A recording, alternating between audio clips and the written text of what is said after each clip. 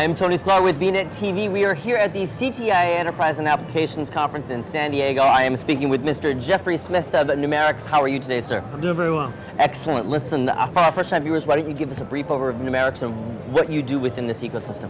Sure. Numerex is about an 18-year-old company. We're a public company here in the United States. We have about 150 employees, pure play M2M. So in the machine-to-machine world, we do the device, the network, and the application.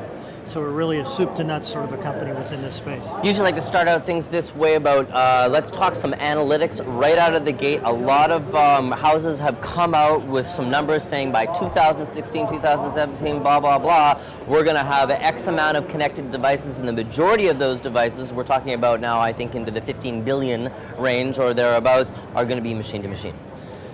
Yeah, and it depends on how you sort of split that market up. So from the 15 billion, the 50 billion number, it's going to be a throw the dart. Yeah, it is. It is. Throw the dart. And part of that is you have short-range wireless. So for instance, in my house, I have probably 200 Zigbee nodes and 75 Wi-Fi nodes. So I'm a bit of a geek in that respect. But if you think about it, those are aggregated into a hub, which has the capability to do wide area networking. And so that's a multiplier from a wireless perspective in the cellular world by a factor of what? About 200. At least. Okay, at so least. if you take your 50 billion number, you divide by 200, it's still a big number.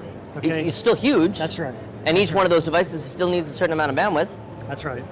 And so from a growth perspective, as you go from tens of millions to hundreds of millions of connections, you still have a growth market that's pretty spectacular. For instance, we have a unique program which has to do with multi-MC. So in the cellular world, the idea is you have a single SIM, and when you go roaming, you have to pay roaming charges.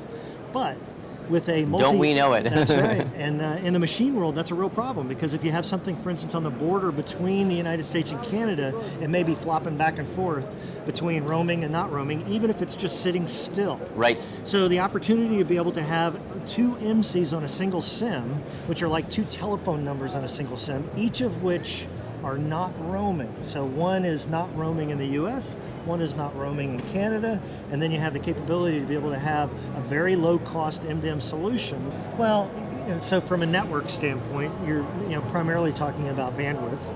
And what's interesting about many M2M applications, we have about 1.4 million devices that we talk to on a daily basis on our network.